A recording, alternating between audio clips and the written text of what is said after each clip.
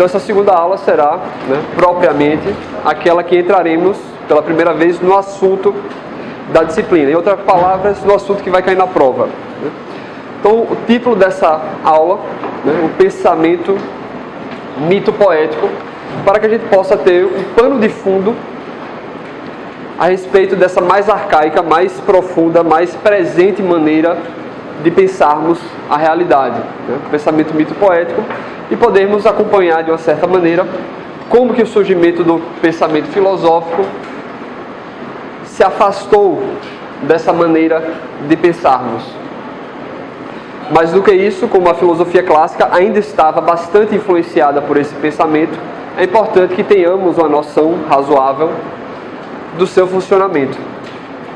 Então eu coloquei como citação, para tentar ilustrar o espírito dessa aula, duas frases do famoso psicólogo analítico, o Jung, que foi discípulo do Freud, estudante e aluno do Freud. Então a primeira frase diz o seguinte: o homem desenvolveu a sua consciência vagarosamente em um processo que levou incontáveis eras até alcançar o estágio civilizado. Essa evolução está longe de estar completa e a mente ainda está coberta de escuridão. A outra frase dele: qualquer ser humano civilizado, independentemente do seu desenvolvimento consciente, ainda é uma pessoa arcaica nos níveis mais profundos da sua psique. Ou seja, a ideia do Jung de que essas categorias do pensamento mito-poético são extremamente basilares na formação da nossa consciência, da nossa psique, da maneira da gente pensar.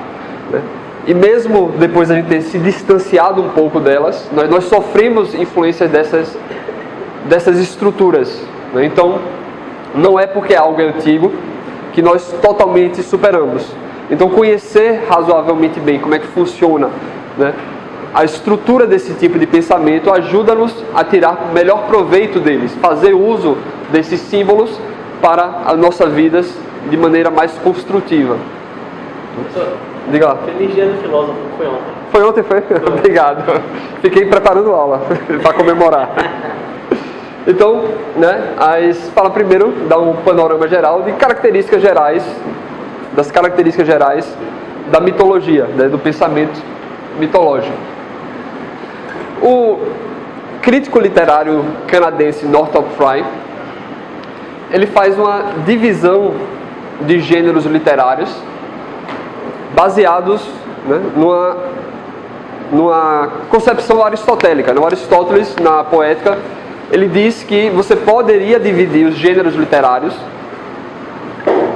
de acordo com o poder de influência da personagem principal, do protagonista.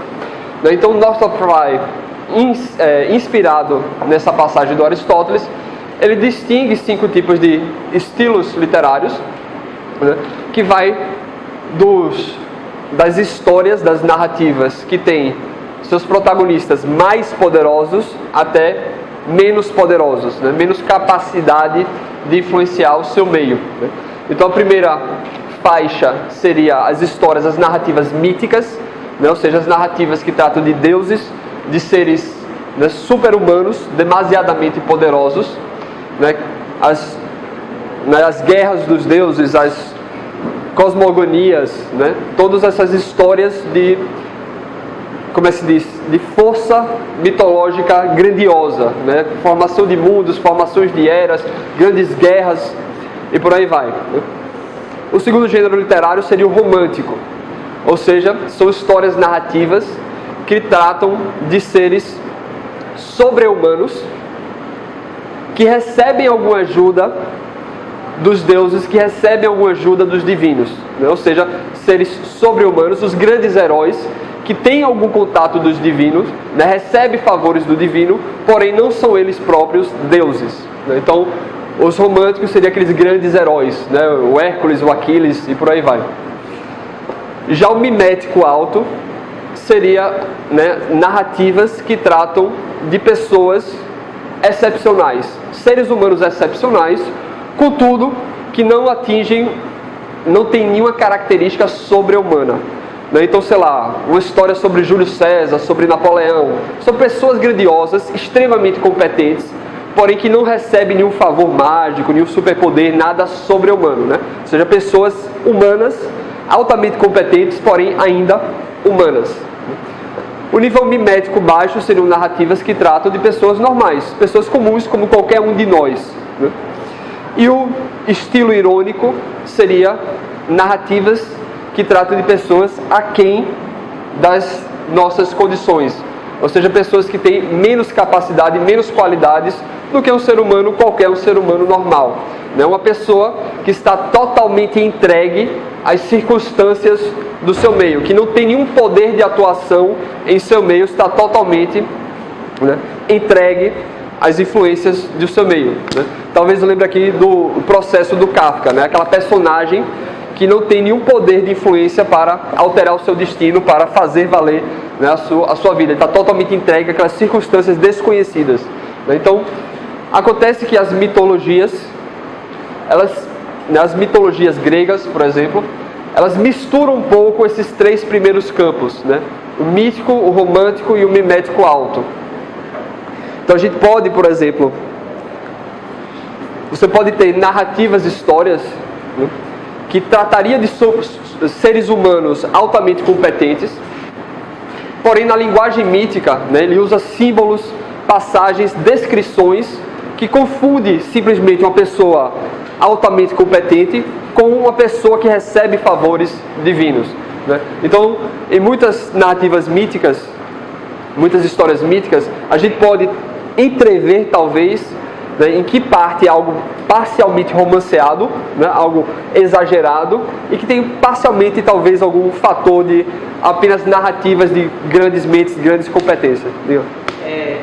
Acho que uma narrativa que se encaixa nessa questão é aquela parte de Alexandre o Grande, quando ele chega na Ásia Baixa e ele encontra o Nolibord, e eles dizem que ele simplesmente puxou um fio e o nó se desfez. Sendo que alguns relatos da época dizem que na verdade ele pegou a espada e cortou aquela parte. Representando justamente o modo de fazer diplomacia dele, né? Que pega na espada e corta logo, não é o problema. Tipo faca guinso, né? Corta logo. Então, justamente, você pode ter, digamos assim, uma narrativa histórica de uma pessoa feita Alexandre o Grande, mas certamente no imaginário popular da época do Alexandre o Grande, né, as pessoas descreviam-no como filho dos deuses e por aí vai, né, romanceavam, né, exageravam a sua personalidade como sendo algo para além. Então, muitas das narrativas míticas, né, surgem dessa confusão entre esses campos, né? Então, né, qual o propósito, qual a função que o mito tem para a humanidade, em termos mais gerais, para nós em termos mais pessoais? O famoso mitólogo, digamos assim, o Joseph Campbell, né, estudioso de mitologias, de religiões e etc., ele fala que os mitos têm 4 grandes funções para a nossa cultura, para a humanidade, para nós. A primeira grande função que as narrativas míticas possuem é justamente gerar em nós o espanto místico, né? O espanto místico, ou seja, gerar em nós uma abertura para a existência de algo para além daquilo que é meramente mundano, daquilo que é meramente cotidiano, daquilo que é meramente banal, né? Ou seja, as narrativas místicas, né, míticas, abrem-nos esse horizonte da existência de algo para além, algo que transcende o imediatamente próximo, o imediatamente mundano. Outra grande função do mito é tentar dar uma explicação, fornecer uma explicação cosmológica, né? Ou seja, toda a organização humana está situada em algum lugar no espaço, em algum lugar no tempo. Então, né, as pessoas que tendem a ser curiosas, né, querem saber por que diabos a natureza, o seu entorno, funciona dessa certa maneira e não de outra maneira, né? Ou seja, por que a ordem, por que a natureza segue uma certa ordem, né? Cosmologia, né? Cosmos significa literalmente ordem, né? Então por que diabos as estações mudam nessa certa ordem e não em outra ordem, né? Por que uns animais atacam os outros animais e não vice-versa? Por que que umas plantas que eu como me matam e outras plantas que eu como, né, geram energia e é gostosinha? Por que que essas coisas têm essa determinada ordem e não a outra ordem? Então, os mitos, né, as descrições míticas, tentam explicar a ordem do entorno onde os seres humanos se organizam e por que que ela funciona de uma maneira e não de outra. A outra grande função do mito é fornecer uma coesão social. Então, se essa função aqui explica a ordem da natureza, a ordem do entorno, as explicações míticas tentam nos dar também uma explicação da ordem social. Por que que a nossa sociedade se organiza dessa maneira e não de outra? Né? Quais são as raízes explicativas que justificam que uma ordem moral, uma ordem social, se organize de uma maneira e não de outra? Né? A gente tem que sempre deixar claro, né, se lembrar, o grande desafio que é explicar coisas de grandes dimensões e de grande complexidade no momento em que a linguagem estava extremamente rudimentar.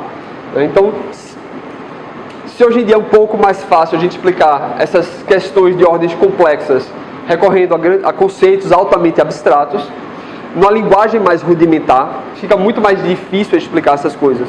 Então a gente precisa, digamos assim, de uma linguagem que seja mais breve, mais econômica, mais fácil de transmitir, mais fácil de se organizar.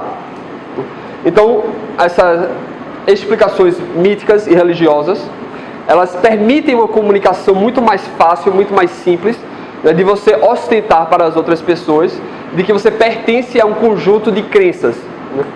Se você chega um forasteiro, alguém que você desconhece, você tem que gastar um certo tempo para saber quais são os valores que essa pessoa tem, o que é que ela acredita, a pessoa decente, a pessoa canalha, né, ela concorda comigo ou não. Né? Na medida que as pessoas praticam certos ritos religiosos, na medida que elas demonstram participar de um conjunto de crenças míticos, ela está facilmente comunicando, né, comunicando que partilham de valores semelhantes. Né? Então, por exemplo, a força que o mito tem para a coesão social serve-se no exemplo dos experimentos de fazenda em comunas no século XIX e começo do século XX. Esqueço o nome do autor, mas ele fez um estudo entre as comunas sociais que eram laicas e as comunas sociais que eram religiosas. Né? E aí, acho que no período de 10 anos, a quantidade de comunidades laicas, comunas laicas, que estavam lá organizando apenas pela necessidade material, né? Apenas uma pequena fração dela conseguiu sobreviver, enquanto aquelas que se agruparam por motivações míticas religiosas, né, tiveram uma taxa de sobrevivência e permanência e durabilidade muito maior. Né? Então, esse conjunto de crenças e valores, né, que serve como colonificadora da sociedade, é uma das grandes funções do mito. E aí a quarta grande função do mito, e que o Joseph Campbell considera que a que a gente mais perdeu hoje em dia, aquela que a gente menos encontra, é justamente a função de permitir uma pedagogia psicológica. Né? As narrativas míticas permitem-nos que consigamos desenvolver, passar pelas camadas do nosso desenvolvimento psicológico, que possamos passar pelas rupturas traumáticas em nossas vidas, lidar com os grandes momentos de dificuldades, né, os momentos de mortes, né, os momentos de casamento, o momento de passagem de fases da nossa vida. Né. As narrativas míticas, as histórias, elas servem como um panorama imaginário para que possamos lidar psicologicamente com esses momentos. Né. Então, as 4 grandes funções: abertura para algo para além do cotidiano, explicação do nosso entorno natural, né, explicação da nossa organização social, né, e fornecer uma coesão, uma economia, digamos assim, na coesão social, e o desenvolvimento da nossa própria personalidade ao longo de nossas vidas. Isso aqui é só uma lista que alguém fez sobre vários tipos de narrativas míticas. Então, o que acontece? Nós uma das maneiras mais fáceis, mais enraizadas em nós, mais comuns e mais presentes em nós de aprender é através da imitação. A gente vê alguém fazendo algo que a gente acha interessante, algo que a gente gostaria de fazer, né? A gente se imagina fazendo essa coisa e a gente tenta fazer igualzinho, né? E a gente falha miseravelmente porque a gente não tem nenhuma capacidade ainda, né? E aí a gente pensa, poxa, eu falhei dessa maneira e o cara fez assim. A gente tenta imaginar um outro cenário de ajuste e a gente tenta novamente, né? Então, uma das maneiras mais comuns e mais presentes em toda a nossa vida de aprender é justamente a maneira imitativa. Isso é tão enraizado em nós, isso é tão antigo em nós, que nós temos um conjunto de neurônios chamados neurônios espelhos. E, novamente, isso é tão enraizado em nós que outros primatas também possuem essa mesma rede de neurônios, né? Então, justamente, se você chega para um macaquinho e mostra a língua para o macaquinho bebê, ele vai e mostra a língua de volta, né? Então, justamente, você vai... Porque nós temos um conjunto de neurônios que a gente vê uma ação e a gente reproduz essa ação automaticamente, né? E fazemos o mesmo com crianças, né? Mas isso é para vocês terem uma noção do quão enraizado em nós está essa função imitativa para a aprendizagem. Ficou meio deformado aqui. A ideia é o quê? Essa função imitativa, justamente, os mitos trazem-nos narrativas que permitem com que nós façamos, a partir dessas linguagens simbólicas, que possamos imitar certas ações. Então acontece que qualquer comportamento que a gente tenha com um propósito, com a finalidade, né?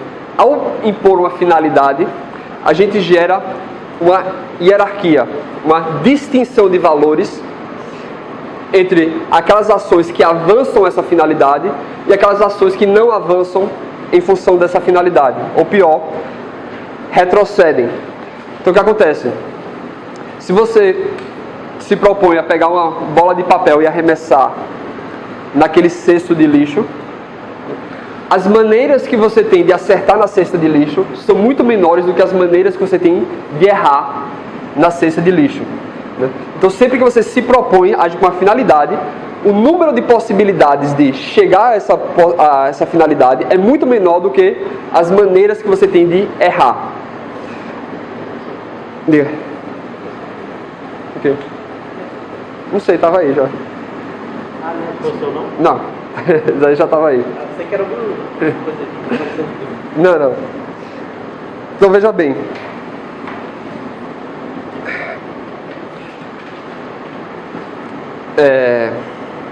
As possibilidades de você acertar Isso. e errar. Então você tem uma relação mais ou menos semelhante com aquilo que a gente falou da distribuição de Pareto, né?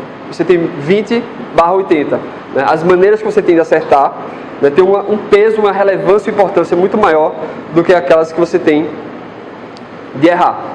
Então, qualquer habilidade, você vai ter uma pequena minoria, seria para ser uma pirâmide dividida em duas partes, né? Uma parte menor e uma parte maior. Então, a parte menor, né, qualquer organização social, qualquer valor social, então vamos supor que na sua sociedade você tem leões por perto atacando as pessoas. Então, você vai ter menos maneiras de conseguir lidar de modo efetivo com os leões do que atos que você pode fazer que não vão ajudar em nada a lidar com os leões. Então, tendo um número seleto de ações que se pode fazer para lidar bem com o problema dos leões atacando as pessoas na cidade, né, uma quantidade pequena de pessoas vão conseguir exercer bem essa finalidade em comparação com o restante do seu grupo. Então, né, algumas pessoas vão se destacar naquelas poucas ações que são de extrema relevância para a sociedade. Acontece o quê? Novamente, isso aqui era para, esse segundo triângulo era para estar cortando aqui em cima. Acontece o quê? Que em um momento você vai ter uma hierarquização, digamos assim, daqueles que melhor conseguem lidar com os problemas atuais da sua sociedade e aqueles que pior conseguem fazer isso. Só que as circunstâncias no qual a gente vive vão modificando-se, alterando-se ao longo do tempo. Então, conhecer apenas uma hierarquia, uma organização, não é suficiente, porque essas hierarquias vão se alterando ao longo do tempo, né? Então, aquilo que dava certo aqui, nesse primeiro momento, isso aqui é a flecha do tempo, né? Aquelas pessoas que eram ótimas em lidar com os problemas mais relevantes da sociedade naquele momento, né, talvez não estejam aptas a lidar no segundo momento. Então, a organização social hierárquica vai mudando ao longo do tempo. Então, o que acontece? A partir da observação, né, do que é que dá certo nesse momento, naquele momento, naquele momento e naquele momento, né, na descrição das pessoas que são boas em resolver os problemas, no momento 1, no momento 2, no momento 3, no momento 4, né, as pessoas começam a perceber que, apesar das circunstâncias serem diferentes, apesar dos atores serem diferentes, há algumas características em comum nessas soluções de problemas. Então, seria justamente o quê? Vamos pegar o exemplo do futebol, né? A cada momento da história, você tem grandes jogadores de futebol, né, que demonstram certas habilidades, né?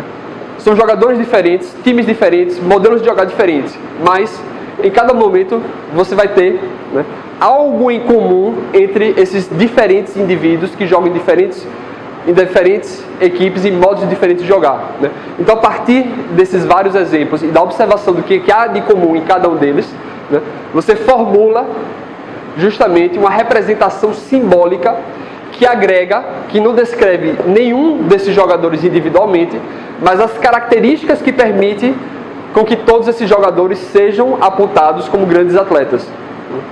Então, você faz as representações artísticas, as representações simbólicas de o que é que seria um grande jogador de futebol, um grande atleta.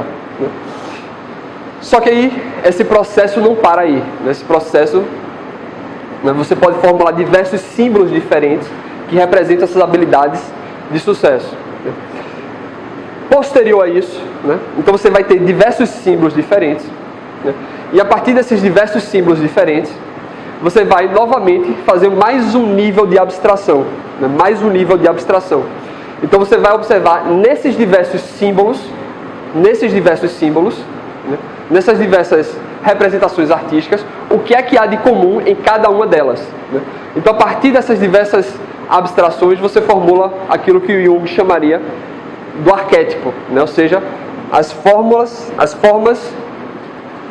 prévias que modulam as nossas interpretações dos símbolos, né? Aquilo que povoa o nosso inconsciente coletivo. Então você tem justamente as pessoas que demonstram competência, os símbolos, né, que seria um nível de abstração maior, que tentam representar as características gerais que está presente em cada um daqueles, e aí num grau maior de abstração ainda você teria os arquétipos, que seria, né, aquilo que convém, aquilo que, como é que se diz? Que todos os diversos símbolos são representados no arquétipo. Então, novamente, você pode ter pessoas que são heróicas, né?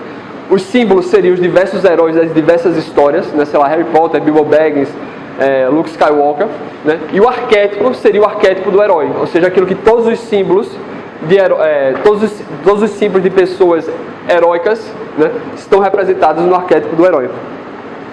Então, os deuses, digamos assim, seriam os deuses, as grandes figuras míticas, seriam aqueles símbolos que mais se aproximam das representações dos arquétipos.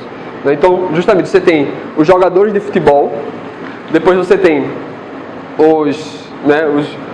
as personagens, né, de histórias de jogadores de futebol, e depois você teria, digamos assim, os grandes representantes, né, por exemplo, que o deus Hermes, que foi considerado o deus dos esportes, a deusa Nike, né, que é da onde a gente tira a marca de esportes Nike, que é a deusa da vitória, inicialmente vitória da guerra, né? E você tem o Hércules, que é também o patrono dos atletas, né? Então, ou seja, aquela figura que representa as características gerais, né, que você encontra em cada símbolo, que por sua vez você encontra em cada pessoa, né? Então, ou seja, é uma maneira extremamente refinada de conseguir descrever universais através da linguagem simbólica, de uma maneira que evite a abstração extremamente racional, ou seja, posta em narrativas, fica fácil de comunicar, fica fácil de compreendê-las. Então isso aqui é um quadro assim de uma listagem de alguns dos principais arquétipos de personagens em histórias, né? Você tem a figura do sábio, né? Ou seja, sei lá, aquela pessoa que vai orientar o herói na sua jornada, né? O aventureiro, aquele que vai passar pela jornada, né? O mago. Em diversas histórias que a gente encontra, você pode estruturar, você pode identificar as personagens das histórias nesses arquétipos. Então o Joseph Campbell, ele foi conhecido, né, por ser um estudioso amplo de mitologias, e ele reconhecer que em diversas mitologias, em diversas épocas, das mais variadas culturas, você podia simplificar a estrutura a estrutura básica, o esqueleto básico na maioria das histórias, né, que ele chamou a jornada do herói. E é interessante porque essa estrutura da jornada do herói a gente encontra amplamente mesmo nas produções de filmes, de livros, de narrativas produzidas hoje em dia, né? Inclusive o George Lucas, ele escreveu o roteiro do filme de Star Wars baseado na teoria do Joseph Campbell, né? Então o filme Star Wars 5, né, que foi o mais antigo que lançou, ele segue à risca a estrutura da jornada do herói, né, que é uma estrutura que é presente nas mais variadas narrativas míticas mais arcaicas em todo o redor do mundo. Então o que acontece? É sempre importante a gente analisar, além do gênero literário, ter uma noção da mídia pelo qual esse gênero era propagado. Acontece que as narrativas míticas, elas são marcadas pelo traço da oralidade. Então durante uma grande quantidade da história da humanidade, né, a grande maioria das pessoas não tinham capacidade de ler ou escrever. Então mesmo depois da escrita, muitos dos livros, dos textos escritos, eles eram feitos tendo em mente que seriam lidos em voz alta e não lidos, né, individualmente, mas seria lido para plateias. Especialmente no caso aí das narrativas míticas, né? As narrativas míticas geralmente elas são histórias que eram contadas oralmente através de gerações e gerações e gerações e gerações, e só posteriormente é que ela foi registrada em formato de texto. Então tem um linguista estudioso de mitos canadense, o Walter Ong. Ele fez uma listagem das principais características, né, da oralidade que a gente encontra em mitos, né? A gente percebe que as grandes narrativas orais, elas são caracterizadas porque elas são estruturadas de maneira que facilitam a memorização do rapsodo, né? A gente tem que lembrar que a maioria das narrativas poéticas, você tinha uma pessoa que decorava o texto inteiro, né? Ele decorava o texto inteiro, e aí ele simplesmente propagava, ele cantava, ele falava para a sua plateia, né? Ele pegava um bastão e ficava batendo para manter a métrica, enquanto declamava a poesia inteira, né? Ou então pegava um instrumento e ia tocando na medida em que narrava a poesia inteira, né? Então se você pegar lá o livro da Odisseia, pegar lá o livro da Ilíada, né, tenha em mente que os rapsodos eles decoraram tudo aquilo, né, que eles cantavam esses versos, né, todos de cabeça, né, o livro inteiro de cabeça, né, em festivais longos. Isso me lembrou um jogo que foi lançado por um comediante chamado Marcos Castro, A Lenda do Herói. E o jogo ele é completamente cantado. Todas as ações que você realiza no jogo são cantadas. Curioso. Então Você pegou uma pedra, eu peguei uma pedra. Então ele poderia fazer um tipo de, talvez um livro depois, baseado nisso, né? E publicar. Então, isso são algumas características. Desculpa. Professor, essa característica que o senhor falou sobre ser versado, do jeito que as pessoas possam decorar a facilidade, Isso. são as condições atribuídas? É isso? Não, todas elas. Todas elas ajudam. Isso. Faz com que o texto se torne mais fácil de decorar. Isso. Esse é um estudo dele que ele percebeu, né, nos textos míticos, que eles possuem essas certas características, que são características que ajudam a agrupar na memória, a facilitar a memorização. Então os textos, né, das grandes mitologias, geralmente elas possuem essas características aqui. A primeira justamente conjunções aditivas. Então se você pega o Gênesis lá na Bíblia, né, como é que é? Deus fez isso e viu que era bom, e Deus fez aquilo e viu que era bom, e Deus fez aquilo e viu que era bom, né? Ou seja, ao invés de você fazer frases complexas, né, com ligações sintáticas complexas, não, você vai simplesmente adicionando diversos blocos de informações, diversos blocos de acontecimento e simplesmente vai ligando-os com conjunções aditivas, né? Então textos, né, míticos você encontra bastante essa simplificação e adição, né? Agregação, né? Ou seja, é o uso de epítetos, né? Ou seja, você dá uma coloração às pessoas, uma coloração aos personagens, aos acontecimentos. É muito difícil você se lembrar simplesmente o nome de pessoas ou simplesmente o nome de coisas. Então, o que é que eles fazem? Eles usam epítetos, eles colocam um adjetivo, colocam um título, né? Então, ao invés de você falar simplesmente Aquiles, você fala Aquiles de pés velozes. Ao invés de falar Atenas, você fala Atenas de olhos verdes, né? Isso ajuda a dar uma coloração, uma adjetivação, para você se lembrar quem são as pessoas. Você aponta uma característica dela e você cria certas simplificações para fazer as métricas e as rimas. Eu acho que um dos epítetos que eu acho mais interessante do Homero é a aurora de dedos róseos, né? A aurora de dedos róseos surgiu no horizonte, né? Redundância, né? Muitas vezes a gente está lendo o texto de mitologia e chega até ficar um pouco chato como eles ficam repetindo, né? Às vezes é tipo assim, sei lá, o cara matou o irmão da mulher, e aí ele foi para a casa dele e encontrou o irmão e disse, eu matei o irmão da minha mulher. E aí ele disse, não acredito que você matou o irmão da sua mulher, porque você matou, né? Fica assim meio que repetindo, às vezes tem trechos inteiros, né, acontecimentos inteiros que eles simplesmente repetem por inteiro, né? Mas aí novamente traz essa questão da oralidade, né? Quando você está lendo um livro, se você esquece de uma coisa, é só voltar atrás, né? Mas num festival desse, que você está tendo um Rhapsody, que ele está narrando toda uma história do começo ao fim sem parar, né? Às vezes essas repetições são importantes para a pessoa se lembrar, para rememorar, para prestar atenção em tudo, né? Você matou ele, não acredito que você matou ele, não pode ser, você realmente matou ele. Exato, por aí. Tradicionalista, né? Porque, apesar de ser oral, né? Justamente, a energia intelectual que uma pessoa precisa para memorizar totalmente o texto, né? Para você memorizar uma obra completa como a Ilíada, a Odisseia, etc., né? É extremamente grandiosa. Então o que acontece? Você não pode ter inúmeras variações de narrativa, né? Você não pode ter fanfic, né? Para o cara saber todas as variações possíveis, né? Universos paralelos e tudo mais, né? A energia mental que se gasta é altíssima, então tem que ser condensado em uma única forma que passará adiante, né? Apesar de, obviamente, se você pegar registros, tem mudanças aqui ou ali, mas você possui uma forma única, né?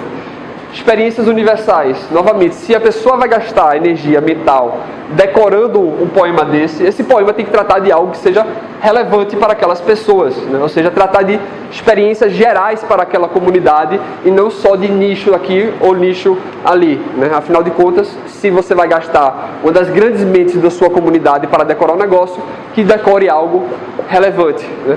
Agonístico, geralmente trata de confrontos, conflitos, brigas, né? Ou seja, as pessoas tendem, essas narrativas geralmente sempre tratam de alguma grande briga, né? E dentro desse aspecto de grandes contrastes entre os lados, né? Ou seja, contrastes claros permite-nos saber bem quem é quem numa narrativa grandiosa, né? E cenas violentas, brigas e etc. geralmente fixam nossa memória. Empático, porque geralmente tinha participação da plateia, né? As pessoas envolviam-se emocionalmente com os acontecimentos das narrativas.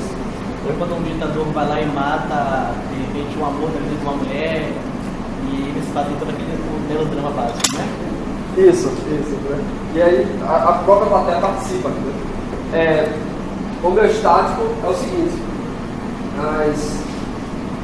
ao passar do tempo, né, associado a essa questão das experiências universais. Ao passar do tempo, se algo não é relevante, como você não tem um formato escrito que vai fixar a forma, mas que depende da memória das pessoas, na medida que as circunstâncias sociais alteram-se, né, a relevância dessas experiências que estão no drama tem que continuar sendo relevante, senão elas caem no esquecimento. Então, a ideia do homeostático é que, a passar do tempo, né, cada geração vai dar uma filtragem naquilo de que há de relevante ou não há relevante para o poema. Né? Então, ele termina tendo que ter uma forma que mantenha algo que seja concretamente relevante para as diversas passagens de mudanças de gerações. Que vai se adaptando com o tempo do ponto, né? Perdão? Eles têm um ponto básico e eles vão adaptando ao longo do tempo. De repente, isso era uma coisa medieval, vira algo na época romana e vai além passando, uma coisa assim, né? No nível mítico, não havia tanta mudança cultural tão grande dessa, tipo, do modelo medieval, mas assim que... Pegando o básico, uma era do ponto da... talvez você possa pensar assim, mas a ideia é que as mudanças são muito graduais e muito pequenas. Você pensa assim, sei lá, a sociedade de 1500 a.C. para 1000 a.C. não mudou muita coisa, entende? Mas tem que ser algo que seja relevante para cada uma dessas gerações. E situacional é a questão de que, justamente, do modelo de formular os símbolos. Acontece que, justamente, a gente esquece, né, o esforço intelectual que foi exigido para que pudéssemos criar abstrações intelectuais. Né, Então, nas narrativas míticas, e às vezes a gente fica um pouco perdido por causa disso, né, os símbolos, né, os artifícios que são usados para descrever as coisas são situacionais, ou seja, eles usam artifícios, coisas que são presentes no dia a dia, no cotidiano daquelas pessoas, para descrever algo mais abstrato. Então, por exemplo, a ideia de círculo, né? A ideia de círculo é algo extremamente refinado e abstrato que a gente esquece um quanto, né? A definição de círculo é o quê? É uma figura geométrica onde, né, a distância do perímetro é igual em relação ao ponto central, né? Todas as distâncias, todos os raios têm a mesma distância perante o ponto central, né? Obviamente, uma sociedade que ainda está tentando fazer sentido da linguagem, por aí vai, não vai usar termos extremamente abstratos assim. Então, em vez de falar círculo, ele vai usar o quê? Tigela, né? Ou vai usar o quê? Lua, né? Essas coisas, esses objetos que fazem parte do cotidiano, que são fáceis de entender para eles, eles usam como, né, maneira indireta de escrever ideias mais abstratas. Então, né, ao ler uma narrativa mítica, é interessante ter noção de algumas dessas características. Ele vai falar um pouquinho sobre a mitologia grega e tentar, né, falar como ela pode ter, talvez, influenciado alguns aspectos da maneira específica da Grécia de fazer filosofia, né? Por que o pensamento filosófico grego possuiu essa característica em específico e não outras, né? O que a mitologia grega tem de diferente perante outros modelos míticos, né? Então a gente vai falar um pouco de Homero e de Hesíodo, que são os dois grandes poetas da Grécia. Então, o Homero, é importante a gente notar logo, de antemão, que o consenso entre os especialistas é que o Homero, enquanto uma pessoa, um indivíduo, não existiu, né? Ou seja, os textos do Homero, nas histórias que o Homero narra, na verdade são o quê? Várias tradições orais que circulavam no ambiente, né, no mundo grego, e foi condensado por uns 3 ou 4 poetas diferentes.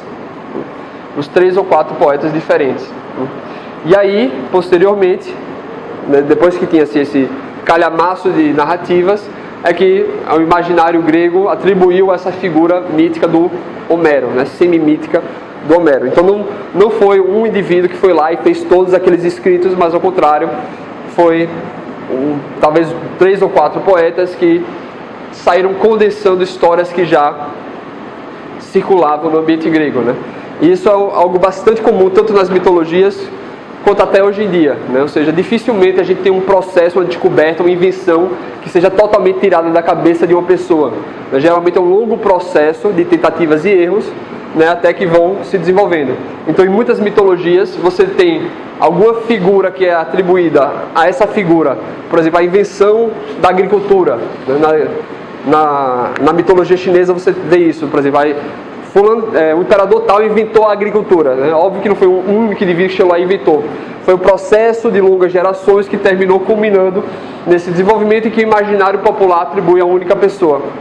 A gente vê isso até hoje em dia, de uma certa maneira, quando a gente atribui, sei lá, Steve Jobs inventou o iPhone, né? Óbvio que não foi Steve Jobs sozinho que foi lá e inventou o iPhone e pronto, né? Foi longas, né, várias equipes de trabalho que pouco a pouco foram fazendo vários elementos até que foi feito o iPhone. Mas a gente atribui a Steve Jobs como se ele fosse um grande inventor do iPhone, ele sozinho fez aquele negócio, né? Então, num certo sentido, até hoje a gente ainda tem essa maneira de simplificar os acontecimentos e colocar etiqueta numa só pessoa como criador de algo grandioso. Então, vou falar um pouquinho algumas passagens da Ilíada. Vocês já chegaram a assistir o filme lá de Troia, com Brad Pitt? Eu já. Conhece a história da Ilíada? De cabeça, narra aí, né? Mas a história de Troia eu sei mais ou menos, porque eu sou um pouco apaixonado por mitologia. Eu sei que era tecnicamente uma cidade grega, e não ficava exatamente na Grécia, ficava mais naquelas ilhotas, e que um dos príncipes deles, que foi perdido quando criança, depois que voltou, foi selecionado pelos deuses para pegar a maçã dourada e dar entre as três deusas. E as três deusas principais eram Atena, Hera e Afrodite. Isso. E cada uma delas ofereceu seu alvo para esse príncipe. Eu vou falar disso agora. Então acontece, né? Uma das grandes decepções da minha vida foi ler a Ilíada esperando o momento que ia chegar o cavalinho, né? Eita, cadê o cavalinho de Troia? Você começa a ler a Ilíada e nada do cavalinho chegar, e vai lendo, o livro acaba e nada do cavalinho chegar, né? Então o que acontece? A guerra de Troia foi um acontecimento que durou 10 anos. 10 anos. De acordo com os relatos meio semi-mitológicos, né? Porém a Ilíada, ela trata de um acontecimento específico na guerra de Troia, né? Uma fração de tempo na guerra de Troia, que é o episódio conhecido como a ira de Aquiles, que é o momento que Aquiles decide parar de lutar para os gregos, e isso causa um grande tumulto, um grande caos nos esforços de guerra. Então justamente, né, o começo da guerra de Troia geralmente é referido a essa escolha do Paris, né? Ou seja, o que o pessoal fala, o rapto de Helena, né? Isso, quando o Paris decide raptar Helena. Mas sabe por quê? Você sabe por que o Paris decidiu raptar Helena? Pois era a promessa. Sim, mas por que ele ficou apaixonado por ela? Tem uma história anterior a isso. O que acontece? A história diz o seguinte: ia ter um casamento entre os deuses, né? A deusa Tétis, que viria a ser a mãe de Aquiles, ia se casar. E aí todo mundo ficou muito feliz com isso e decidiram fazer uma festa de arromba lá no Monte Olimpo. E aí Zeus convidou todo mundo, convidou geral, com todos os deuses e deusas, né? Exceto por uma deusa. Sabe que deusa foi essa que ele não convidou? De que era essa deusa? A deusa da discórdia, Eris. A deusa da discórdia, Eris. E a Eris ficou muito chateada com isso. Essa tá bom então, foi o seguinte: ela pegou uma maçã dourada, escreveu na maçã, para a mais bela. E aí pegou e jogou lá assim para dentro do casamento. Ele jogou lá para a festa e soltou a treta, né? E aí ficaram brigando pela maçã, tal como quem briga por buquê, né? 3 deusas: Hera, Atenas e Afrodite, né? Cada uma querendo disputar o pomo dourado para dizer que era a mais bela. E elas chegaram para Zeus, né? Já que elas não conseguiam resolver, achavam, Zeus, vem cá, decide aqui, quem das nós três é mais bela? Eu não sei se vocês sabem, mas Zeus, além de ser o deus do raio, do trovão, ele também era considerado o deus da justiça, né? O deus da justiça. E aí, ou seja, o julgamento de Zeus é um julgamento justo, né? Só que Zeus olhou assim e disse, rapaz, Hera é minha esposa, Atenas é minha filha, e Afrodite, assim, então eu não quero me meter nesse negócio não, sabe? Essa treta é muito grande. Faz o seguinte, tem um mortal lá, que é um cara muito legal, muito decente. O nome dele é Paris. O Paris, ele gostava muito de fazer briga de touro, né? Como hoje em dia o pessoal faz briga de galo, né? Fazer briga de touro.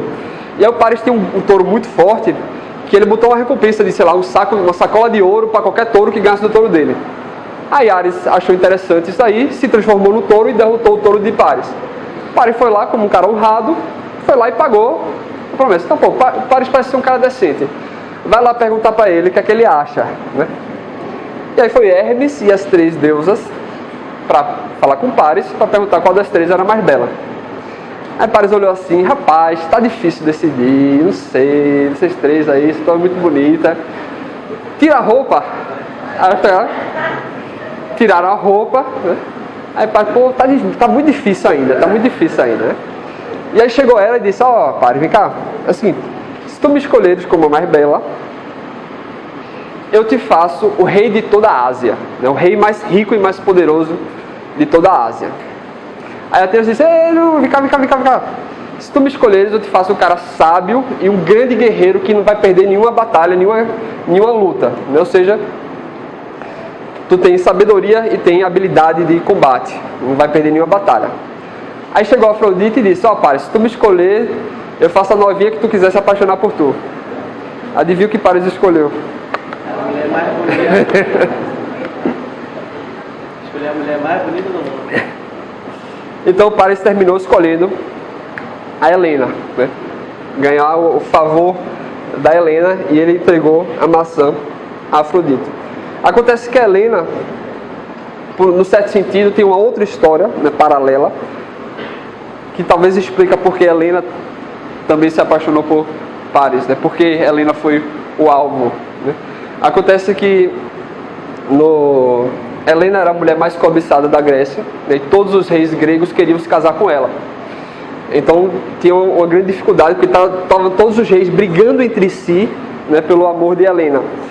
E acontece que Agamenon, que era o rei de Esparta, né, conseguiu um pacto, né, com todos os reis. Disse o seguinte, ó, bora parar de brigar, deixa ela escolher, e quem ela escolher todo mundo vai respeitar esse casamento.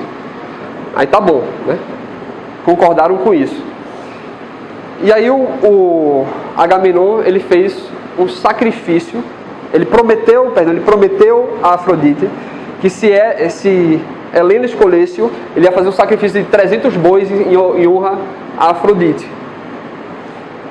Então a Afrodite concedeu, fez com que ela se apaixonasse e se casasse com Agamenon, mas o Agamenon não fez a promessa, não fez o sacrifício dos 300 bois.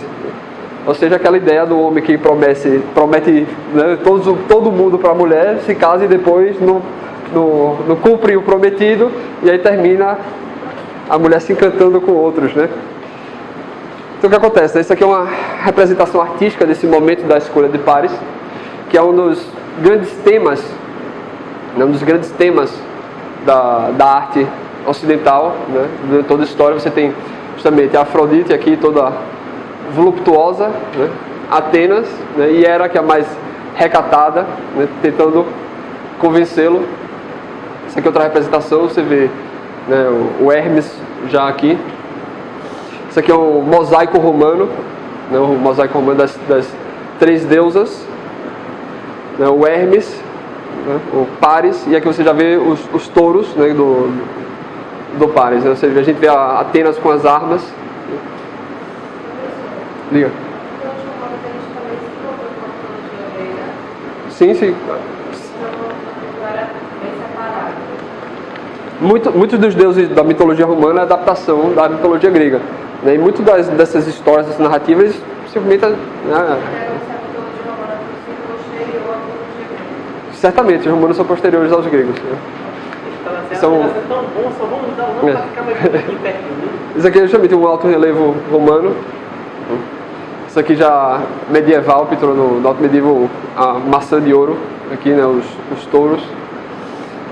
Esse aqui é um famoso quadro também, esqueci o nome do pintor, Paul Rubens, eu acho. Né, as armas da Atenas aqui, né, elas despidas e Afrodite sendo escolhida, né, por Eros, a maçã de ouro. Isso aqui é uma adaptação moderna da mesma pintura, né? Atena com as suas armas, né? Era a deusa do lar, e Afrodite, né? E aqui está a Helena esperando acontecer, né?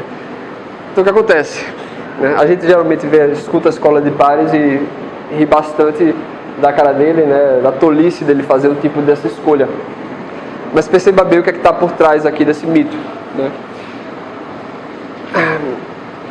O conflito surgiu lá no campo dos deuses, ou seja, no campo dos ideais, né? E não teve o julgamento feito por Zeus, o julgamento plenamente justo, mas o juízo feito por um mortal falho, né?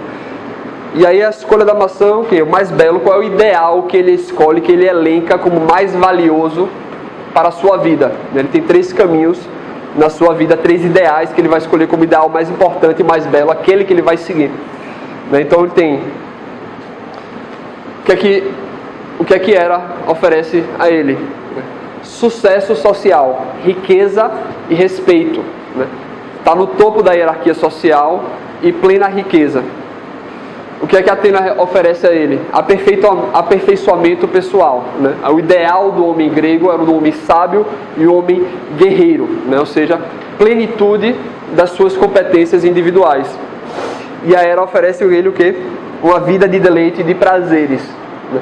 E ele viu as 3 deusas nuas, ou seja, ele viu todas as consequências de todos esses 3 ideais, desses rumos de vida, né? E ele escolheu o rumo justamente de uma vida de deleites e prazeres, ao invés de uma vida de dedicação social ou de autoaperfeiçoamento, né? E é uma escolha que nós fazemos em inúmeros casos em nossa vida, em inúmeras instâncias em nossa vida. Por isso que é uma história que tem uma marca tão grande, né? Acontece que justamente, né, o ponto é que Helena já era casada, e era casada com o rei de Esparta, e o rei de Esparta que tinha todo mundo grego numa promessa de que iria defender o casamento dele, né? Então a Ilíada ela começa com o caso da Criseida e da Briseida, né? Já 9 anos no meio da guerra, a guerra já pegando fogo, e aí os gregos, os aqueus, eles estão sitiando as cidades em torno de Troia, porque Troia tem altos portões, então não dá simplesmente para sitiar facilmente Troia. Então eles estão sitiando as cidades no entorno, né, no entorno de Troia. Então, né, durante esses cercos, né, eles geralmente matam os homens e escravizam as mulheres e as crianças, né? Então o começo do problema, da tensão, do conflito na Ilíada é porque a Criseida vira espólio de guerra do Agamenon, e a Briseida vira espólio de guerra do Aquiles, né? Acontece que a Criseida ela era filha de um sacerdote de Apolo, e aí o sacerdote, o pai dela, tenta resgatar, trocar riquezas e dinheiro, né, em troca da Criseida, só que Agamenon não aceita. Ele diz que não quer de jeito nenhum. Então o sacerdote vai lá, reza para Apolo, e ele termina, né, Apolo lançando uma praga, uma doença no exército dos aqueus. Com isso Agamenon fica desesperado e termina decidindo devolver a Criseida pro pai dela e aceitar, obviamente, as recompensas. Só que ele fica indignado, né, porque agora ele está sem espólio de guerra, e ele decide então tomar a Briseida do Aquiles, né? E nesse momento que ele toma a Briseida do Aquiles, o Aquiles fica indignado, né, porque tem um conflito aqui tem um conflito duplo. Você tem um conflito de hierarquia social, situação social, e a competência, né? Agamenon é alguém que está hierarquicamente superior a Aquiles, porém ele não tem a competência quanto guerreiro tal que o Aquiles tem. Né? Já o Aquiles está numa posição inferior, tem que aceitar a ordenação dele, porém é um guerreiro melhor. Né? Então, quando o Agamenon pega a Briseida para ele, toma do Aquiles, né? O Aquiles está prestes a puxar a espada para cortar a cabeça do Agamenon. Né? Mas nesse momento vem Atenas e puxa-lhe os cabelos, impede-o de fazer isso. Né? Só que ele diz, tá bom, vai tomar meus espólios. E Aquiles, pelo visto, tinha se apaixonado pela Briseida e tinha prometido se casar com ela quando ele voltasse para a Grécia. Ele diz, vai fazer isso? Então vou fazer greve de matar gente. Não luto mais para você. E aí ele retira os seus homens do exército. À noite começa a rezar para sua mãe, a Tétis. Mãe, por favor, Agamenon, cara muito sacana, né? Faz com que ele se lasque, por favor, sério mesmo, né? E aí Tétis vai lá e pede a Zeus, né? Zeus, por favor, faça com que o Agamenon se lasque, porque ele fez mal ao meu filho. E aí depois disso, né, a guerra que estava sendo fácil, que estava sendo vitória dos aqueus, termina a virar os lados. Né? Os troianos, os ílios, começam a ganhar a guerra e matar vários gregos. Então isso aqui é justamente a situação do pai da Criseida, né? Crises, né? O pai da Crises, né? Implorando Agamenon. Justamente ele implorando Agamenon para receber a filha de volta e trazendo recompensas em troca do resgate.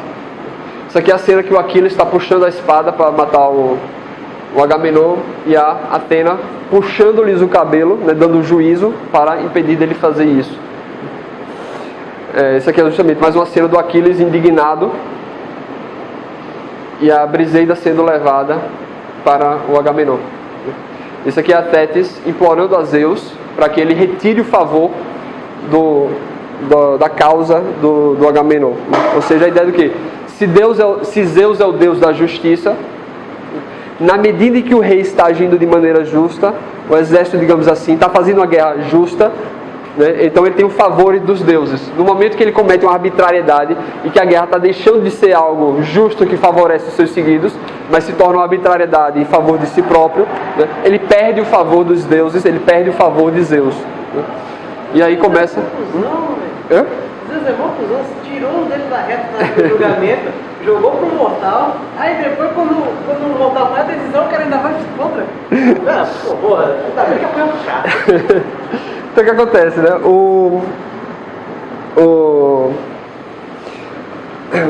Nesse momento, né, os ílios começam a ganhar a guerra, né? A conseguir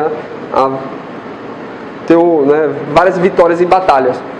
E aí Heitor, que ele é o príncipe, o mais competente príncipe de Troia, está quase no mesmo nível de Aquiles em termos de competência de guerra e etc., começa a liderar o contra-ataque e tudo mais. Acontece, o drama é o seguinte, né? O Aquiles, ele já sabia que ia morrer nessa guerra, porque antes de partir foi dado a ele duas opções: ou ele fica em casa e tem uma vida longa, ou ele vai para a guerra e tem uma vida curta, porém imortalizada nas glórias das canções. O Heitor, por sua vez, ele também sabia que estava lutando uma guerra impossível de se vencer. Então são duas pessoas que sabem que estão se entregando para o destino da morte, mas mesmo assim decidem conscientemente encarar. Então acontece que nesse momento de tensão, o Aquiles recusa-se a lutar, e desesperado com isso, o Patroclo, que é o primo de Aquiles, implora para o Aquiles para pegar as armas dele emprestado, né, a armadura emprestada, e combater, né, os ílios, fingindo ser Aquiles, pensando que isso vai assustar os troianos. Né? Só que justamente nesse momento vai ter um combate entre Heitor e Patroclo, e aí Heitor vai matar Patroclo. Só que eu vou ler para vocês aqui uma passagem, que eu acho uma das passagens mais bonitas da Ilíada. É uma passagem extremamente terna e gentil. Acontece que a gente tende a esquecer do terror que é a guerra. a gente tende a esquecer o quão presente o fantasma da guerra estava presente na vida das pessoas ao longo de toda a história humana, né?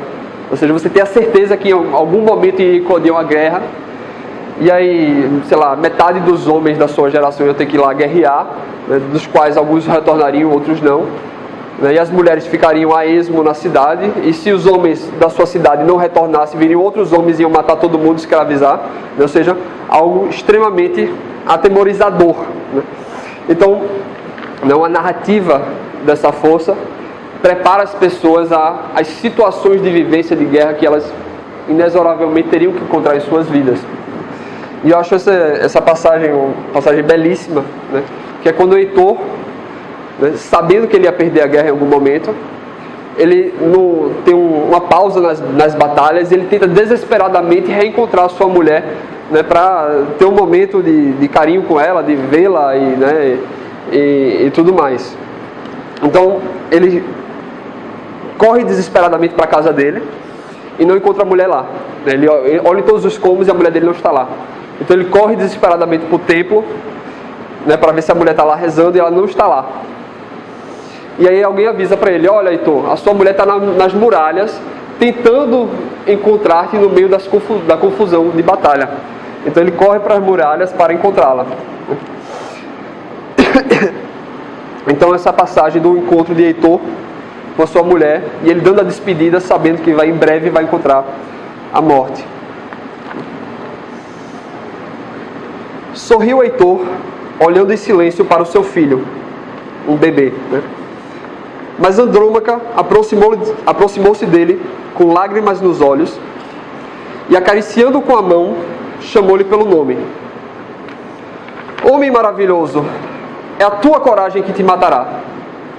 Nem te compadece dessa criança pequena, nem de mim, desafortunada, que depressa serei a tua viúva. Pois rapidamente todos os aqueus se lançarão contra ti e te matarão. Mas para mim seria melhor descer para debaixo da terra se de ti ficar privada. Nunca para mim haverá outra consolação quando tu encontrares o teu destino, mas só sofrimentos. Já não tenho pai, nem excelsa mãe. Meu pai foi morto pelo divino Aquiles, que arrasou a cidade dela, bem habitada dos Cilícios, Tebas de altos portões. Assassinou Ésion, porém não o despojou das armas por respeito a seu espírito, mas cremou o vestido com a rica armadura e por cima fez um túmulo. Ao redor plantaram olmeiros as ninfas das montanhas, filhas de Zeus, detentor da égide. Quanto aos 7 irmãos que eu tinha no palácio, todos eles num só dia desceram à mansão de Hades. Matou-os a todos o divino Aquiles de peles velozes, no meio do gado de passo cambaleante de brancas ovelhas. E a minha mãe, que foi rainha debaixo da arborizada Placo, para cá ele a trouxe com os restos dos espojos, mas depois libertou-a, tendo recebido incontável resgate. No palácio de seu pai, foi abatida por Artemis a arqueira. Heitor, tu para mim és pai e és sua mãe, és irmão e és para mim o vigoroso companheiro do meu leito. Mas agora compadece-te e fica aqui na muralha, para não te fazeres órfão o teu filho e viúva a tua mulher. Quanto a Hoste, posiciona perto da Oliveira Brava, onde a cidade pode ser melhor escalada e a muralha está exposta ao assalto. Já 3 vezes naquele sítio, os mais valentes experimentaram o assalto, na companhia dos 2 ajantes, do glorioso Idomene e dos Atridas e do valoroso filho de Tideu. Será porque um bom conhecedor de auspícios os avisou, ou porque o próprio Espírito os incitou e impeliu a fazê-los? A ela respondeu em seguida o alto Heitor de elmo faiscante. Todas essas coisas, mulher, me preocupam. Mas muito me envergonharia dos troianos e das troianas de longos vestidos, se tal como um covarde me mantivesse longe da guerra. Nem meu coração a tal consentiria, pois aprendi a sempre ser corajoso e a combater entre os dianteiros dos troianos, esforçando-me pelo meu grande renome do meu pai e pelo meu. Pois isto eu bem sei no espírito e no coração. Virá o dia em que será destruída a Sacra Ilion, assim como Príamo e o povo de Príamo de lança de freixo. Mas não é tanto o sofrimento futuro dos troianos que me importa, nem da própria Écuba, nem do rei Príamo, nem dos meus irmãos, que muitos e valentes tombarão na poeira devido à violência de homens inimigos. muito mais me importa teu sofrimento, quando em lágrimas fores levadas por um dos aqueus vestido de bronze, privado da liberdade que vives no dia a dia. Em Argos, tecearás ao tear as ordens de outra mulher. Ou então, contrariada, levarás água da Messeida da Hipéria, pois uma forte necessidade terá se abatido sobre ti. E alguém assim falará ao ver as tuas lágrimas: esta é a mulher de Heitor, que dos troianos domadores de cavalos era o melhor guerreiro, quando se combatia em torno de Ílion. Assim falará alguém. E a ti sobrevirá outra vez uma dor renovada pela falta que te fará um marido como eu, para te afastar a escravatura. Mas que a terra amontoada em cima do meu cadáver me esconda, antes que eu ouça os teus gritos, quando te arrastarem para o cativeiro. Assim falando, o glorioso Heitor foi abraçar o seu filho. Mas o menino voltou para o regaço da ama de bela cintura, gritando em voz alta, assarapatado pelo aspecto do seu pai amado, e assustado por causa do bronze e da crista de crina de cavalo, que se agitava de modo medonho em parte do cima do elmo. Então se riram o pai amado e a excelsa mãe. E logo da cabeça tirou o elmo do glorioso Heitor, e deitou ele todo coruscante no chão da casa. Em seguida beijou e abraçou seu filho amado, e a Zeus e aos outros deuses dirigiu essa oração: ó Zeus e demais deuses, concedei-me que este meu filho venha a ser como eu, o melhor entre os troianos, que seja tão ilustre pela força e que pela autoridade seja rei de Ílion. Que no futuro alguém diga: este é muito melhor que o pai, ao regressar da guerra. Que traga os despojos sangrentos do inimigo que matou e que exulte o coração de sua mãe. Assim dizendo, nos braços da esposa amada pôs o filho. Ela recebeu no colo perfumado, sorrindo entre as lágrimas, mas ao perceber-se de como ela reagia, o marido sentiu pena.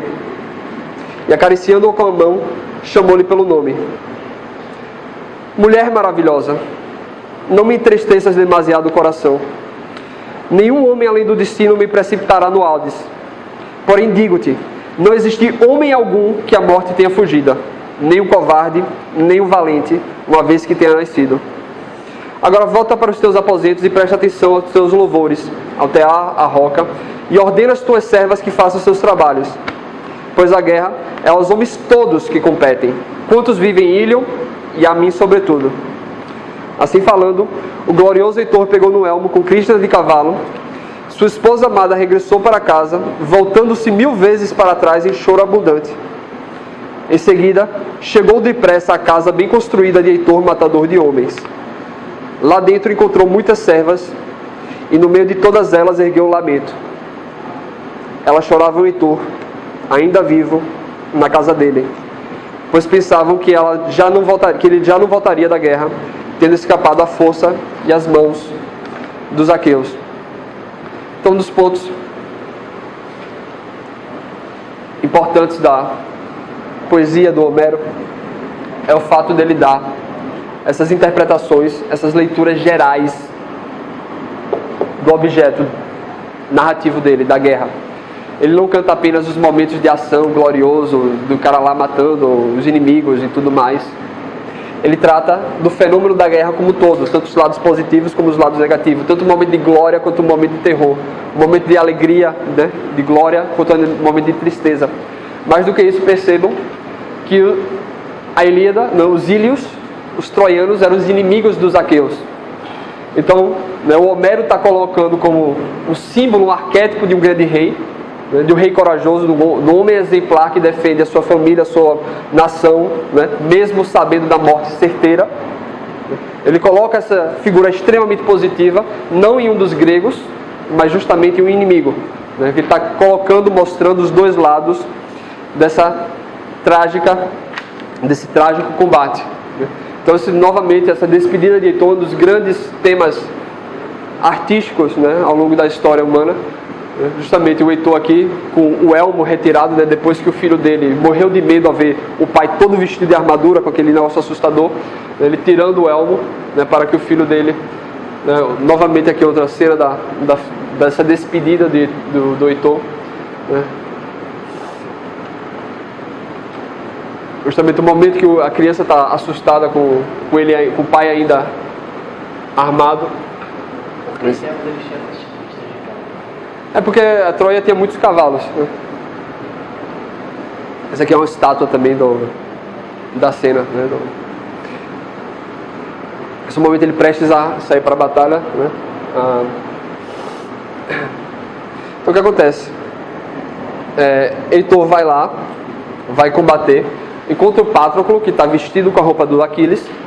Eles combatem e o Heitor consegue matar o Patroclo, achando que era o Aquiles. Despoja das armas dele, né? E tudo mais, só que descobre que não era o Aquiles. Depois, quando o Aquiles descobre que o amado dele, o primo dele, né, o Patroclo, né, terminou morrendo, ele fica enfurecido, né, nesse momento que começa a fúria do Aquiles. Ele decide voltar a lutar, tem novas armas forjadas pelos deuses, né, pelo Hefasto, a pedido da mãe dele, né, então tem armas semi-mágicas, né, de melhor qualidade, etc. E ele vai enfurecido em busca do Heitor para vingar-se da morte do Patroclo. Maldito, usando cheat. Usando cheat, né? E aí eles combatem, lutam e o Aquiles mata o Heitor, né? Só que depois que ele matar o Heitor, ele continua enfurecido, né? Então ele amarra o Heitor na biga dele, as pernas, e começa a circular na frente de Troia para humilhar o Heitor, que era o grande, né, o mais competente, o mais admirado, o grande herói de Troia. Ele começa a arrastar na frente dos portões para humilhar, né? Mais uma representação artística do acontecimento. Depois ele arrasta o corpo de Heitor de volta para o seu acampamento e novamente faz jogos funerários em homenagem a Patroclo e fica arrastando o corpo de Heitor lá no seu acampamento. E nada, o que acontece? Nada do corpo de Heitor sofrer nenhum dano.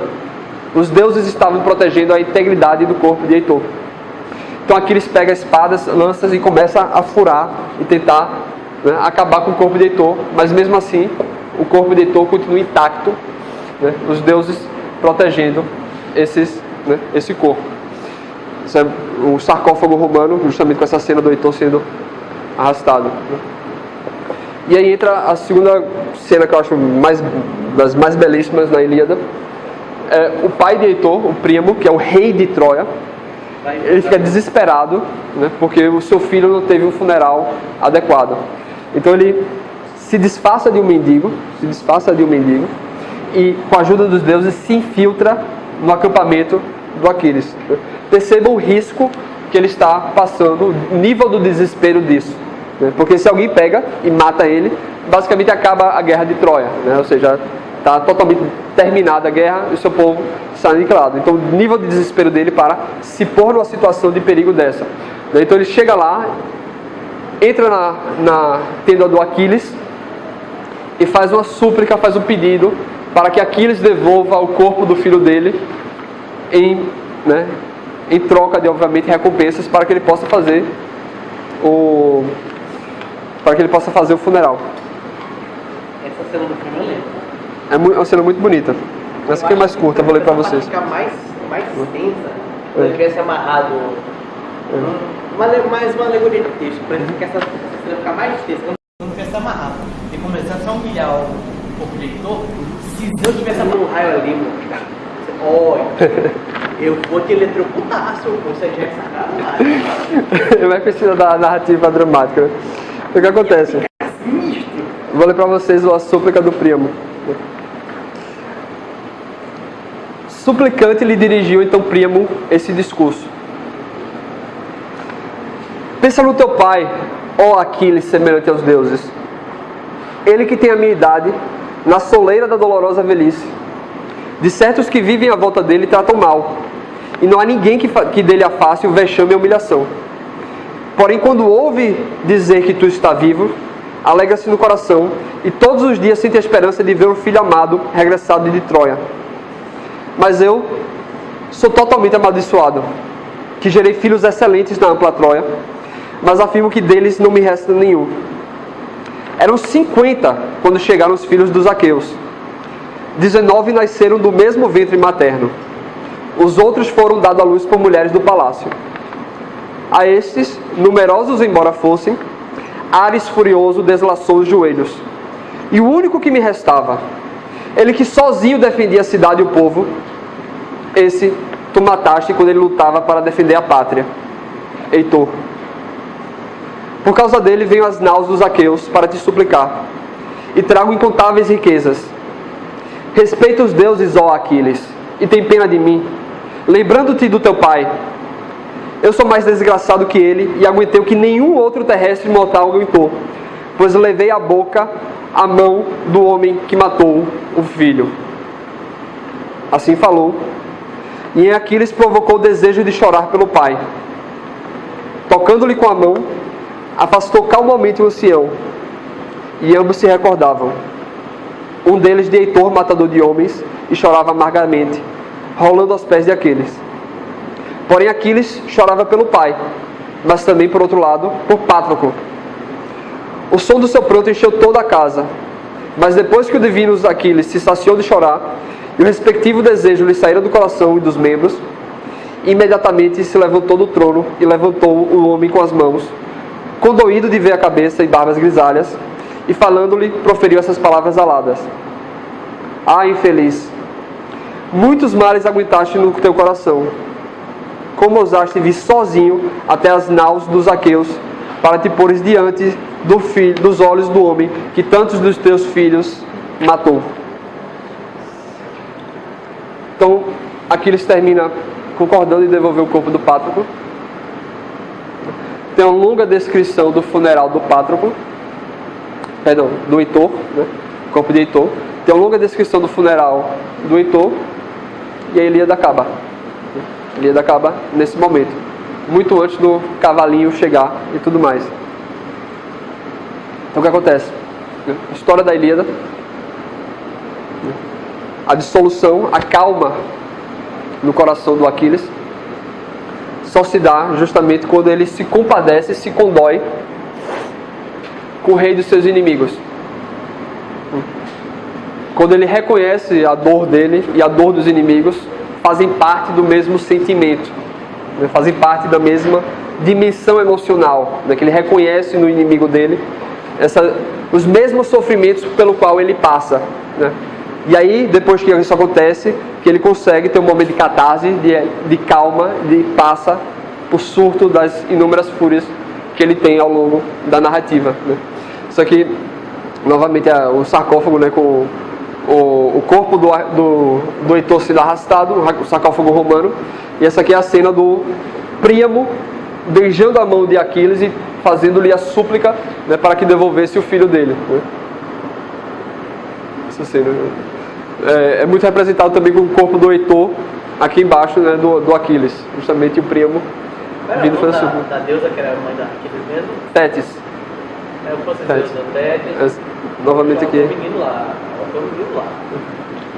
Então, para a gente poder falar do Hesíodo, né, então, os grandes influências que o Homero teve seria justamente essa descrição geral dos acontecimentos em todas as suas facetas, né, e a tentativa de rastrear as causas dos acontecimentos, não simplesmente soltar os acontecimentos, mas tentar explicar as causas desses acontecimentos até a sua última origem, né? Então, a narrativa do Homero, ele não simplesmente solta as cenas, mas ele tenta explicar a motivação psicológica das personagens, em última instância, representada no nível divino, né? Ou seja, essa tentativa de explicar as causas e representar o todo do drama, e não simplesmente uma parte dele, né? O Hesíodo, né, ele é famoso por 2 trabalhos, a Teogonia, que tenta lidar com aquela função cosmológica da mitologia, e o Trabalho dos Dias, que em uma certa parte lida com a função social da mitologia, né? O Homero, ele dá primordialmente, o Homero era considerado o pedagogo da Grécia, ele era usado a base da educação da Grécia, é o Homero, então ele tinha essa função da narrativa psicológica, do desenvolvimento psicológico, enquanto Hesíodo, vou tentar trazer mais o foco da parte cosmológica e social, né? Então, a Teogonia, se a gente parar para perceber, né, se a gente aprecia a linguagem simbólica da árvore genealógica dos deuses, o Hesíodo descreve que, né, o universo, o cosmos, né, antes de haver qualquer coisa havia justamente o caos, né? Caos que significa justamente desordem, né? Então antes da ordem havia a desordem, né? E do caos nasceu o Tártaros, que é o abismo, né? A terra, o Eros, o desejo, né? A escuridão e a noite, né? Então do caos, os primeiros elementos que surgiram, a terra, o desejo, escuridão, noite e o abismo, né? Perceba, né? Desejo o quê? A força de atração que puxa as coisas e une as coisas, né? Da terra, né? Ela surgiu o céu, né? Da terra nasceu o céu, e da relação entre a terra e o céu nasceram as montanhas e o mar. Então preste atenção que a ordenação dos acontecimentos nessa árvore genealógica tem um certo grau de lógica, né? Se a gente percebe, mesmo no nosso entendimento extremamente refinado e científico, né, atual, há uma certa ordenação lógica desses acontecimentos, né? Você vê o que há de mais geral, mais cosmológico, né, surgindo para só depois ir por etapa em etapa chegar até o nível do humano. Então esse negócio de pais e filhos em cosmogonias são representantes de quê? De ordenação, né? Ora, o pai sempre vem antes do filho, né? Então se você quer lembrar uma longa lista ordenada, você vai descrever em ordem de pai e de filho. Mais do que isso, além de ser uma questão ordinal, trata-se também uma questão de características. Ora, os filhos tendem a assemelhar-se em alguns aspectos com seus pais e assemelhar-se em alguns aspectos com suas mães, né? Então, né, você vê, por exemplo, aqui, da escuridão e da noite, né, passado um longo tempo, né, surgiu justamente o dia, né? Ou seja, aquela intuição de que depois de uma longa escuridão, depois de uma longa noite, nasce o dia, né? A gente entende o dia como nascendo da noite e não o contrário, né? E da noite surgiu inúmeras coisas que a gente associa com questões terríveis, né? A gente pode às vezes esquecer o quão terrível é a noite. A gente é acostumado com luz elétrica em uma situação social extremamente confortável, né? Mas a gente tem que se colocar imaginativamente na situação de uma pessoa, né, numa sociedade pequena, né, que chega à noite e fica aquele breu total e você só escuta os barulhos da floresta e o perigo pode surgir de qualquer lado e lhe matar a qualquer momento, né? Então o que surge da noite são coisas associadas, né, com o envelhecimento, né, de passadas veras noites você envelhece, né, a morte, o sono, né, a Eris, né, que é a discórdia, né, todos esses problemas. Então acontece o quê? Nesse primeiro momento que o céu nasceu da terra, eles eram colados uns com os outros, né? E aí todos os filhos que nasciam do céu com a terra ficavam presos, não tinha espaço para onde eles irem. Isso ficava extremamente desconfortável para a terra, né? Então acontece que a terra, indignada com isso, né, desconfortável com isso, escolheu, né, um dos filhos dela, o Cronos, e escondeu, né, até que ele, depois de crescido, né, a terra deu para ele uma foice feita de um material, de um metal. Sabe qual é o nome desse metal da foice? Adamantio, né? Que nem o de Wolverine, né? Adamantio é aquilo que é indestrutível, né? Então deu uma foice feita de adamantio. E aí o Cronos foi lá e capou o pai, né? Então depois que o Cronos capou aquela parte que unia o céu e a terra, houve a separação entre os dois, né? Ou seja, o que? No começo a atmosfera e a terra estavam num nível só, depois de uma longa passagem do tempo, fez com que a separação, né, desses dois elementos. Acontece que Cronos sofreu a maldição do pai, o pai dele disse: vai acontecer a mesma coisa contigo, né? Vai vir um filho meu, um filho teu, e vai fazer contigo a mesma coisa que tu fizesse comigo, né? Com medo disso, né, Cronos começou a devorar todos os filhos que ele tinha com Rhea, né? Rhea é terra no sentido de chão, certo? Terra no sentido de chão. Então Gaia é terra no sentido do planeta inteiro e Rhea é o sentido de chão. Então o Cronos, né, tinha vários filhos com Rea, só que todos os filhos que Cronos tinha com Rea, ele devorava-os, com medo de que o filho dele fizesse a mesma coisa com ele.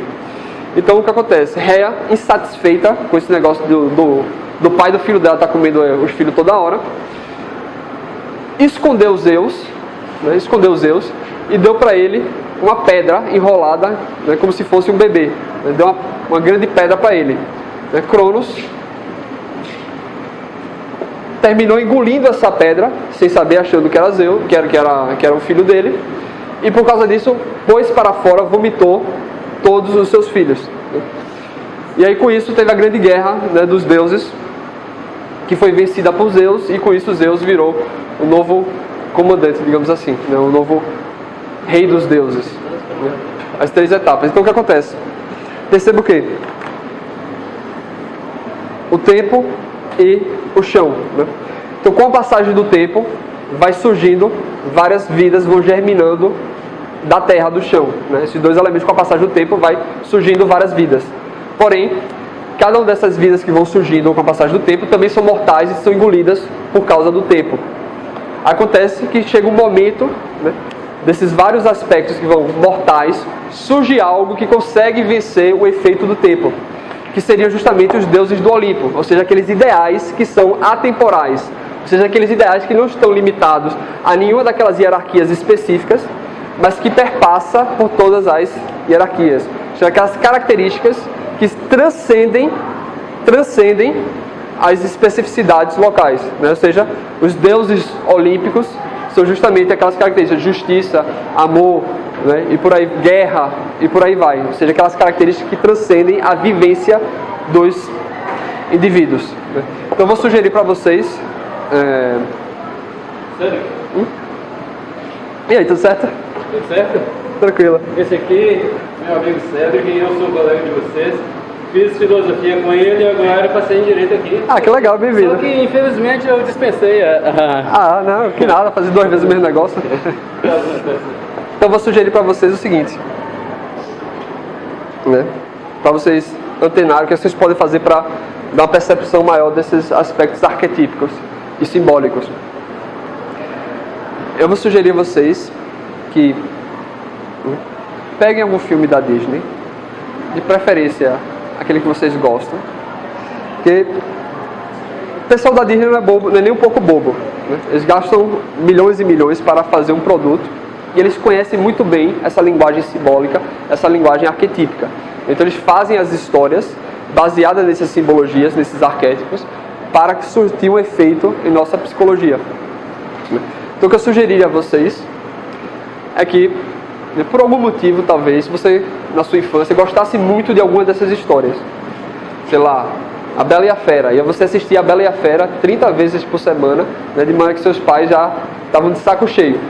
Então, primeiro, eu sugiro que vocês reassistissem esse filme que vocês gostam, que ele causou um grande impacto na infância de vocês, e que vocês tentassem assistir com o olho atento para identificar esses elementos simbólicos, esses elementos arquetípicos, e que vocês procurassem entender por que esses símbolos, essa narrativa, esse drama, surtiu um efeito tão forte em você. Por que ele reverberava tanto em você, esses símbolos acontecendo dessa ou naquela maneira, e não outros símbolos. Porque outros símbolos eram meio que sem graça para você, e porque esses símbolos específicos causavam um efeito tão forte.